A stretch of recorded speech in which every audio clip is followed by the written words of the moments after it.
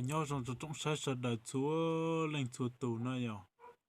xử lý khoản này bỏ này nó chỉ ta xin nó cũng hay trên tôi muốn nhớ cho bùa sầu chỉ trong sao nó na xử lý khoản này bỏ này nó giờ xử lý này bỏ nhớ cho bùa bể lúc trong ở siết chặt lại bể nó giờ thì hạt chẳng mấy lúc rồi nhớ cho bể nó thia xử lý bể lúc này mong nhớ tao siết chỉ nhớ tao ở có siết chặt lại xí nó giờ trong bây giờ là chúa tù nó chỉ nhớ cho bố vậy luôn chỉ trong là xe tháp lại nó chỉ xí này bỏ nên nó hay chẳng mua cho trẻ ở đất đâu nhớ cho bố vậy nó thế là nhớ tàu ở xe thế ở có xe tháp lại nó giờ trong phong số tụ nó chỉ xử lý khó này nó chỉ vậy luôn rồi chỉ nhớ kia cho hậu nó xí nè vậy luôn rồi chỉ nhớ kia cho hậu tại trong nó chỉ cú hai nhiềuคนใจkia tua hậu vậy luôn rồi hậu tua chỉ nhớ cho sợ nó xí nè nhở chỉ nông nó chỉ cứ vậy nông thì chán tu trồng cần cào lên là nó vậy trồng phi tu nó chỉ xử lý ở bên nông họ lò nó vậy ở bên nông họ chỉ cứ vậy lò nà thì bỏ huân nia thế nào vậy chỉ nhớ cho bé tết chờ nó chỉ xử lý lúc cha nó chỉ như nó cần cào lên nó vậy chỉ xử lý ta xin nó này bỏ này nó vậy chỉ nông nó chỉ cứ vậy nông thì chán tu trồng cần cào lên nó vậy cụ thể là nó tên nó nhiều trò nhiều nhiều trong nó sẽ là bỏ nó xí chỉ xử lý ở bên nó họ chỉ lòn nà thì nị bỏ huân nia đi tới nó giờ chỉ nị cứ giờ nó chỉ tiền chỉ ta cần cầu đi nó giờ nhưng giờ từ xã không nên từ chú xí chỉ xã mùa hao lì lò đi nó chỉ xử lý nó sẽ là bỏ là nó giờ ở bên nó chỉ nị cứ giờ tiền mua cam mo và chẳng cần cầu lên nó giờ nị cứ chỉ trả đi theo cam mo chỉ nó chỉ cứ giờ tiền chúa tàu rủ đi tới xe nó giờ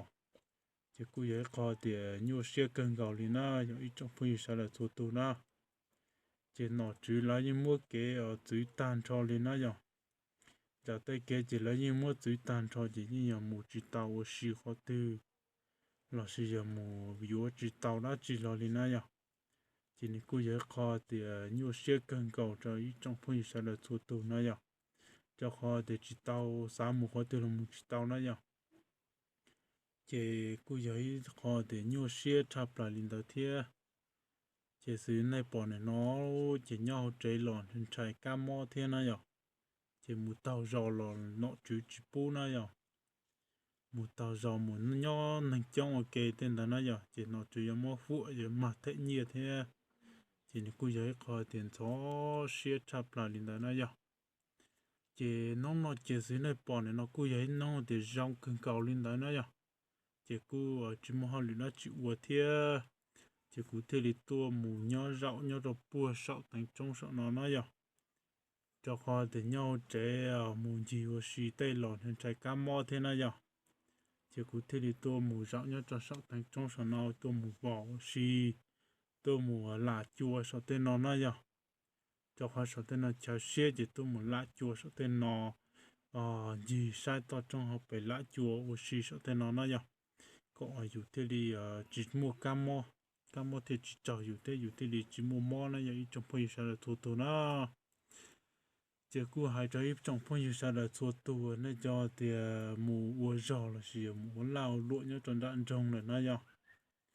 xử lý trả bên dừa là gì trả Sài Gòn nó nhở Sài Gòn trả ở thành phố Hồ Chí Minh nó nhở xử lý cho trồng đó nó chỉ cứ giờ thì cho cam mo tàu cân cầu lên đó nó nhở thì cô ấy khó thì thọ xe cần cầu lý cho phong dư thì mua rồi nhá tròn trà nó giờ chỉ hai cú tụ khen kia nó giờ cú là cú tí mua rồi buồn trà thế nó giờ cú nhục hồi kia lò tao chuyển đây đi nó sẽ nó giờ xử lý này bỏ cú cho họ video ôn đây đi nó giờ cú tí mua công ty là gì mua hao lử thua giả nhá tròn trà thế nó giờ cái xử lý này sẽ lại bỏ thì cú nhục khuôn lò tao trên đấy này nó thế thế nào cú nhục khuôn lò tao đi mua all lúc lì là chỉ bay lúc lì này nó thế thế nào nhở cái xử lý này sẽ lại bỏ cho cú tới mấy lúc video cú chạy trên máy buồn trả bình dừa là một cho hai giá nó nhở thì nó sẽ lại bỏ này nó nhở chỉ cú ấy khó thì thó xe chập lại thì nó nhở cho khó thì bay luôn này mong nhau cho to xe thì dù chỉ cứ chỉ cứ tao nó thế này giờ chỉ dù khứ là cũng muốn mua cam mò thế chỉ dù mua khứ là cũng khứ chỉ tao nhia thế nó giờ trong khi sao là thua tụ nó nhớ cho đi xong nó thì xin này sao là bỏ thì cú nhục khoản nó chia tàn nó giờ chỉ cú nhục khoản mù uống rồi nhớ trần đã ở bên dừa nó chỉ cú nhau muốn ra li tao li mua li thì all lúc li nó xin nó giờ chỉ tí mua cam mò lại nó giờ tí mua cam mò lại chỉ xin này sao là bỏ cú chạy chế máy lò mù cho bùa bên dừa lò mù cho ha ra nó chỉ giấy kho để nhua xe chắp lại nó giờ cho kho để lúc xe hẳn đó chỉ lúc xe hở cú lò này chỉ tao muốn hàng lò như thế này nhở chỉ cú ở lò cú ít lần thế sư chỉ cú chạy chê bùa bánh dừa lò một cho hai gian chỉ cú giấy kho thì cho xe chắp lại đi nó nhở rồi này bỏ này nó chỉ y ở xe từ phía đi nó nhở chỉ cú chạy chê lò bông đi bao nông bao mỏ đi nó nhở chỉ cú giờ thì ít lần thế sư chỉ tao luôn lo liền chạy đá chạy chó cơn cầu đi nó giờ ít trong phía sau là tụt nó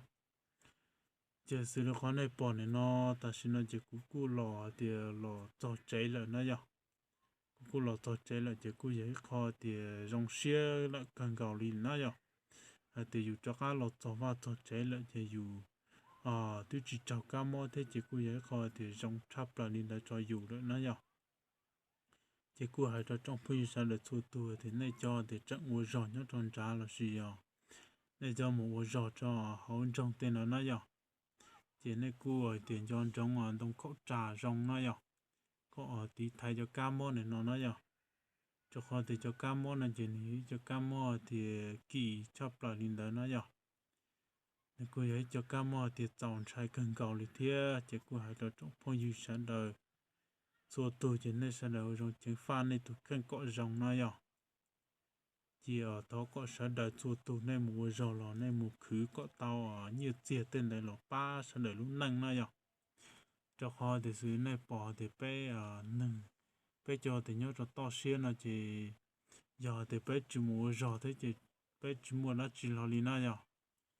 bé nên nó mua liệu tê thì nó chỉ bé chùa thì tao món nọ sư chỉ đi tới đã nhiều tiền khó từ lò là lina giờ trong khi tụi nó chỉ cứ giấy kho thì cho xếp chắp lại xử lý nhớ cho xong nó chỉ cứ giờ thì chỉ mua hao lụi uo là chỉ công ty thôi dạ tên là gì lớn nhưng mà tiền mua cả ta linh đào lì lại nó giờ chỉ cứ giờ thì hao lụi lọ chỉ cho mua thì chỉ cứ giờ thì luôn năng chỉ in nông chỉ cho mua thì chọn nhẹ trong rủ xưa nó giờ trong phi sẽ là thua tu ở này bỏ cho cú là này họ ba là niệm đăng ký ba là chạo cú thiên nó giờ chỉ cú giờ lòng thay tàn cho chỉ hay bây luôn này mong chỉ hay uốn nọ uốn hào chỉ hay uốn thôi giả uốn kế uốn YouTube tên là nó giờ YouTube là chỉ giờ uốn nọ uốn hào tên là thôi giả nó giờ cú giờ thay tàn cho bây giờ là tàu sai nó giờ chỉ này cú ba là chạo cú thiên à ba là chạo cú thiên chỉ hay nơi cho để nhiều uốn YouTube nó giờ hay cho ít trong bây giờ là chua tua thì nơi cho để chỉ tao bao ở YouTube nó nhở hay cho chỉ tao bao nó nhở cho bao là chỉ tới là cũng giờ chỉ hay nó cho con thì sẽ là tiêu chí bao ở dạng gạo lên đó nó nhở thì cũng giờ hay mình chỉ cho thì chỉ tao bao ở YouTube nó nhở nên cho thì chỉ tao bao là thì nên giờ tăng YouTube đi trả lên đó thế này giờ trả ô lên đó nó nhở chỉ giờ thì lên từ chỉ tao bao nó chỉ nên cú họ thì xong tới cho cú giờ ở tiền này xã bao xã tăng YouTube tên đó giờ lịch trả lên đó nó giờ này xã ở YouTube tên đó nó giờ thì này xong đó cho cú chỉ cú giờ khiển này ua là gì ở ba này tăng YouTube cho này ua nó giờ con này nó chỉ giờ tiền này cho tiền này tiếp bao là chỉ tới giờ này như bao ua rồi nè này cho tiền này tiếp sai video tao là gì thôi giả tên nên đâu chỉ nên bao thì mua YouTube nó chỉ vô trả vô là nó giờ chỉ cũng có hai trò thì cho thì chỉ tao bao vô nè giờ thì lên từ họ chỉ tao bao vô chỉ họ lò chậu thế này giờ chỉ cũng có kia bé vô chỉ hai vô nọ vô họ ít bữa trái giả tên này giờ cũng kia tàn cho chỉ hai tên này sao YouTube tên đó giờ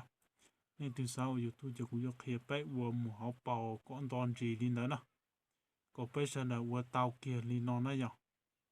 chả lên từ thì xã ua chỉ nên cú xong đó cho cú nữa nhở xong đó cho cú giặc kia bé ua nè giặc kia bé ua chỉ bé mong bây giờ là lòng si pa nữa nhở cho họ thì bé luôn này mong chỉ cho nhẹ chập lại li nữa nhở chỉ chỉ mua họ lựa chọn ua li đó nữa nhở chỉ mua họ lựa chọn ua chỉอยู่niên nông ua liều tê tên là suy chỉอยู่ba chỉ taoอยู่luôn này nữa nhở liều tê tên là chui dạ tên là suy chỉ chui giờ thì bé tao món lo suy chỉ bây giờ chỉ tao ý dạ nó chỉ là một ba bây luôn năng rồi liền nó giờ ý trong phong sản là tụt tụt nó chỉ hai cho ý cho phong sản là tụt tụt cho đến này nhiều YouTube tên đó nó chỉ này cú thì xong tao cho cú nó giờ cú yêu kia bé ua yêu kia cho thì chỉ tao bao nó giờ cú yêu kia bé ua có ua tàu nó có ua tàu trả lý lúc xe xa nó giờ chỉ cũng thoát tiền tàu cho trong phong sản là tụt tụt đến này thì bao ua lại nó giờ chỉ cũng cho việc khi cho trong phong sản là tụt tụt cho thì chỉ tao bao ua là nhiều ua là chỉ bao thì là ua đi trả thì ua tàu lên là xin nó giờ chỉ cú hai cho phong sản là tụt tụt thì này lên từ họ chỉ tao bao ua nó giờ nè chỉ tao bao ua này họ thì này xã ua là gì này nhiệt trào lên đó nó giờ nên nhiệt trào nên mua lúc họ phía giống mù lên đó nó giờ chỉ nên cú xong tới cho cú nó giờ chỉ cú khiến này ua chỉ ta lên đó này tua điện chỉ cú nó giờ cú ba này tăng YouTube là gì ba này ua có tàu lên đó nó anh này tăng YouTube cho này ua là gì khiến này ua video khiến này cho video tên là ua tôi giả tên là có chỉ thảo chạy lên đó cú khiến này ua nó giờ ui khó thì trong chắp lại lên đó chỉ thì ua YouTube ua xì ua cái loại chạy lên nó thế nào nhở hay thấy trong bây giờ là số tu thì cái ua YouTube nó chỉ là cú thì chỉ tao nhiên bảo lý trả nó giờ thì dù nhẹ thì dù ua thế nào nhở chỉ hay này cho thì chỉ tao YouTube kia nó chỉ này cú chỉ bảo thì ua YouTube chỉ là trong lý trả nó chỉ giờ thì cho ua YouTube chỉ này bảo thì ua YouTube nó chỉ là tao nhiên bảo lý trả là chỉ này sẽ là bảo để nó YouTube nó chỉ là cú giờ thì chỉ tao nhiên kia lo lý nó cho giờ thì dù nhẹ thì dù ua xì lên đó ua cái lò rễ là xì ua xì có dù chỉ thọ là nhỏ lên đó xí nó nhở chỉ dù có thì dù ua có tao nhẹ thì tiền lô nó chỉ dù chủ là hùng cao là xì là ua mỏ vị là xì ua cho thì có rong chắp lại lên đó nó nhở ua cho ta tàn lâu xì ua tí giả lìa tí tốt tên là nó nhở nếu chủ quốc cho có thì rong tàu lên đó nếu mua lìa thì chân xe thì nâng sai lên đó nhở nếu chân xe là gì chân trọ nâng sai lên đó nhở chỉ dù thế lìa tàu nhiều nó nhở giờ thì dù thay mình gì tao trong học bè là gì ô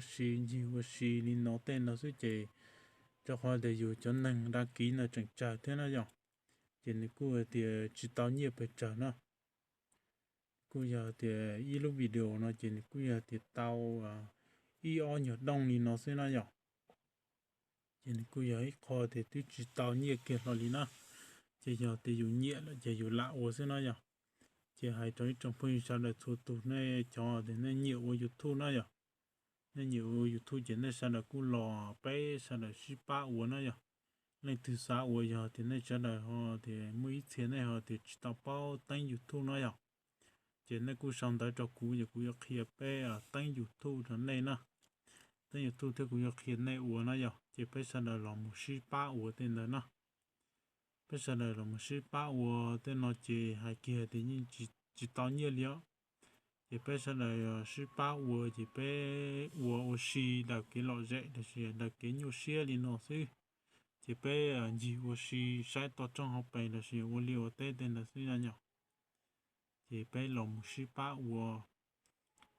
chỉ có có tao như thì tiền lỗ nó chỉ có chủ yếu tao nâng đa ký trong nó rồi tao nâng đa ký con tao chắp lại lên tao tao nữa chỉ thằng đó chỉ thấy giống muốn hành sai nó rồi thằng đó chỉ thấy là tao nhiều rồi xử lý sự này bỏ của tụi YouTube này nó dễ thì cú thì tôi chỉ tao nhớ đi nó nhở thì cú giờ thì lạ qua đã kế nhiều xe lạ qua nhiều xe thế này nhở thì nếu như chỉ tao nhớ đi nó nhở sự này bỏ này xe thì cú còn qua cho video này nhở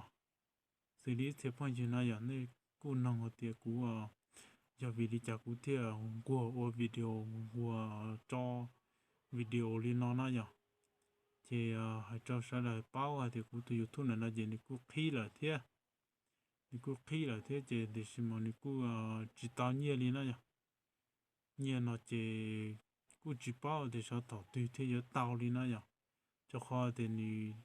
dụ cho phải đi nó sẽ chỉ muốn hình sai đi nữa nhỉ chỉ khó giờ tao nhiều là gì thì cũng chỉ hãy cho đi nữa nhỉ chỉ dụ nhiều là chỉ dụ sẽ nè tuy nhiên là chỉ dụ qua xí linh đã có lỗ rễ cho dụ xí này nhở chỉ khó thì dụ tao nhiên là chỉ tao mọi lý trả này nhở chỉ cô hãy chơi trong phim sao là số tuổi này cho để chỉ tao qua gì này cô chỉ bao thì tao nhiên mọi lý trả này nhở chỉ này xin nó thì cô bộ tao cho nhiên tên nó nhở cô bộ tao cho nhiên YouTube tên nó nhở chỉ hãy chơi trong phim sao là số tuổi thì cô YouTube là chỉ sự này bỏ là tôi chỉ muốn hàng ra kỹ đi nó là sự giờ tôi chỉ muốn hàng sai đi nè chỉ muốn hàng sai đi là yên lòng thì mua chỉ chào view tên là thế này ít video mua cầu bố view tên là thế trên như chỉ tao đã chỉ lo đi nó chỉ cứ giờ thì dùng nhẹ nó dù nhẹ là chỉ dùng lạ và lạ thay và xí thế nó chỉ trong phần sau là thua tụ nên tôi thua sang lịch trả nó chỉ hai kia thì cú tụ khăn nó chỉ cú như chỉ tao cái khó nhiều YouTube rồi đi đó để cú lạ và xí thế nó cho YouTube khi sẽ chỉ cú tụ nó chỉ như khi nó như khi là thì mà tao nhiều nó chỉ như thì tao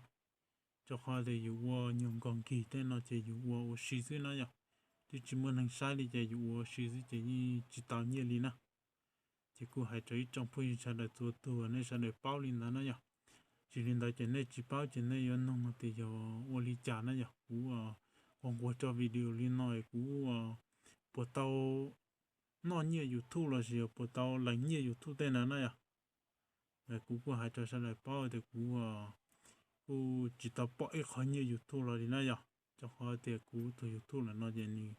ít nhiều từ YouTube mà mày đi nó sẽ chỉ thì giờ khó thì cái ô xí cho YouTube nó dù nhẹ là chỉ dù ô lên đó sẽ nó dù có tao nhẹ chỉ dù chủ yếu thì dù trong YouTube là nó vậy trong thì lo muốn hình đăng ký tao lên tao nó thế dù video có rong đi rong tao đến đây chỉ tới rồi dù khu tao mình chỉ nhẹ thế nó chỉ cho họ thì dù tôi chỉ mua đã chỉ ô lên nó tôi chỉ mua công khai là gì chỉ mua laptop chỉ mua máy tính tên là ô nó chỉ dù sử điện thoại thì nó ô sẽ chỉ dù lạ ô sử thế nào lạ ô sử có dù chỉ thôi là nhỏ thì gì mình dù sử tên đó là hai lô mình dù sử nó có dù chỉ thôi là nhỏ thế nào rồi dù có tao nhiều chỉ dù chủ yếu bảy bánh nó trong phần số tụ nó hay cho này cho thì này chỉ tao YouTube nó nên cho đến nay tao YouTube giờ đến nay xa đến nay vô cọ tao thì tiền lố nó chỉ này chủ ngày bắn nó này chủ ngày bắn li nền gạo bé chào trọ lên đó ngày bắn là mù vô công thay là gì vô máy tính thế này nó ngày bắn là mù vô cho nó chỉ này thế thì vô tao rong này vô tao rong chỉ muốn hình sai chỉ này lại nhiên thằng nó này giờ thì cú chỉ cú trong YouTube mà mấy thế cú lão xí nó sẽ chỉ cú chỉ tao nhiều bề trên nè lão xí nó sẽ chỉ dù thay to trong học bài là xí linh nó sẽ chỉ tí chỉ muốn hình sai linh nó chỉ muốn hình sai linh là chỉ nông là xí chân khử nó chân nó xí to nó xí này bỏ từ YouTube này nó từ tao để chấp lại linh nó nó tao ý xong nó tao ý xong rồi chỉ cho video cú số cho vấn đề chấp lại nó xử lý tao ý xong tên là nó nên nhọc hôm mà nành gạo bé cho view xứ nó hay vô chả tao nhiều nó view cha chắp lại lên nó nhá chỉ khó yếu tao nhiên là chỉ chỉ hai tỏ lên nó nhá chỉ yếu nhiều là chỉ yếu qua lý xí nè nhiều là chỉ yếu qua tao sai của si tên đã gì của si sai mình chỉ tao trong học bài tê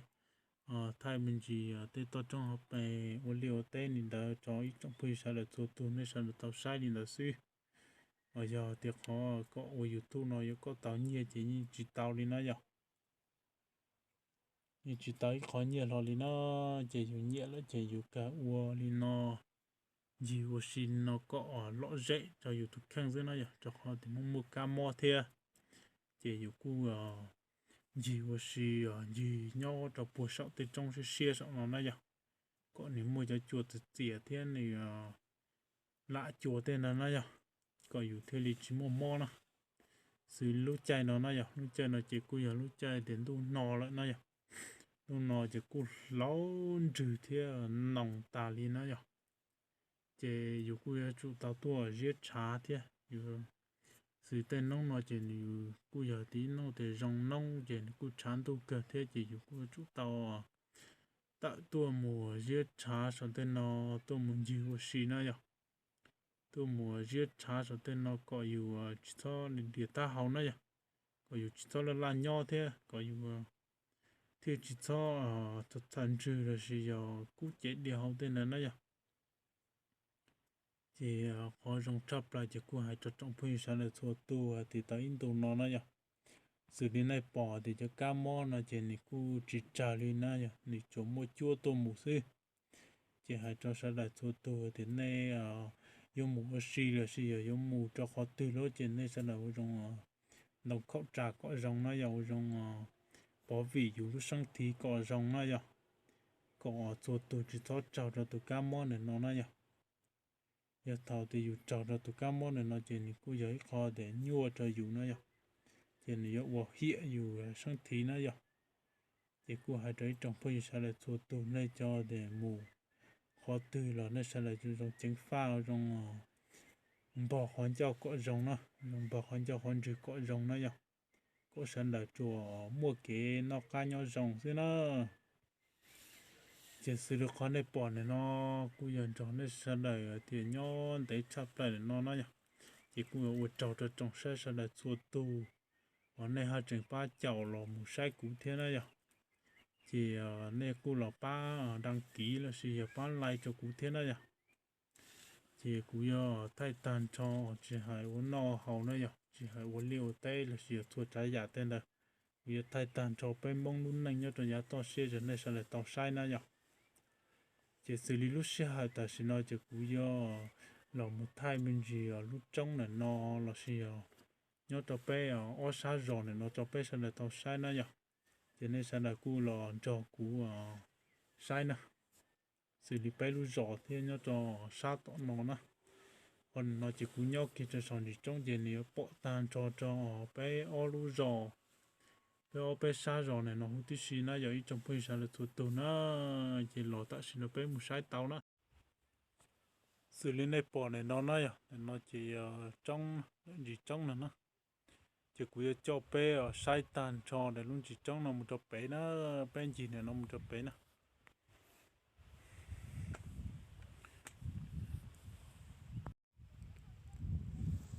xử lý này bỏ này tên nó nói à nhớ cho bé tết chờ để nó chỉ trong chỉ khó dễ tàn bỏ đi này sao này bỏ này nó sẽ nó bỏ dễ đi bỏ dễ sẽ nói à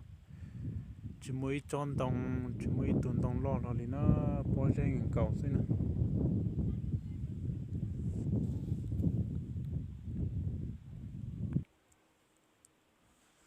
xử lý cho má ở nơi chua thì này sao lại bỏ này nó cho nó chỉ cho má khăm lại nữa chỉ muốn đồng rồi thì nó giờ chỉ một tí cho má ở những cái bỏ dễ thì này sao lại bỏ này nó xứ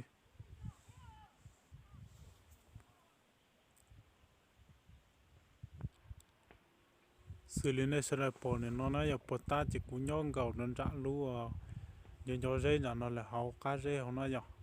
chỉ ta sẽ nó cũng lò mù nhớ cho bé nó là giờ nó chỉ cứ vậy luôn chỉ chơi ở thì xia thiết chú gia chập lại đi nhớ cho sao nó chỉ mua ít pa hoặc cá chuối nhớ cho nó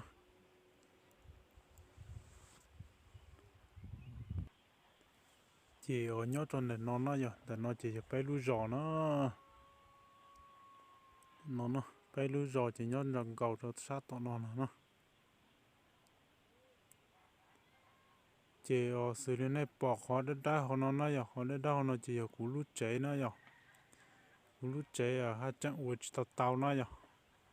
xử lý cú thất thay cho nên sẽ là tàu sai lên đó nó hai chân uất tàu tàu nó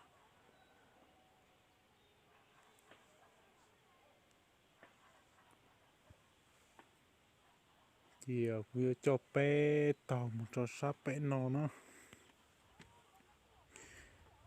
xử lý tê này bỏ tên nó chỉ khó dễ xin nè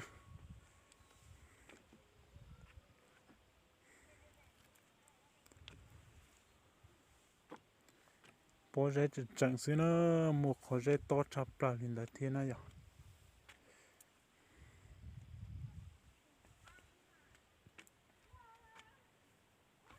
xử lý tên là chỉ khó dễ khó trả sư một tên lúc khó dễ chỉ to lên nhau trong nó thiên nào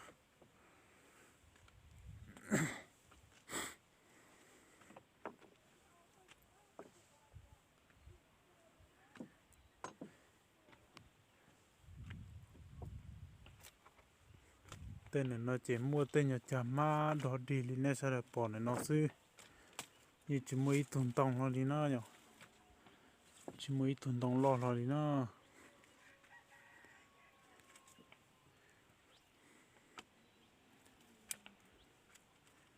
khó dễ chập lại lên là thế đó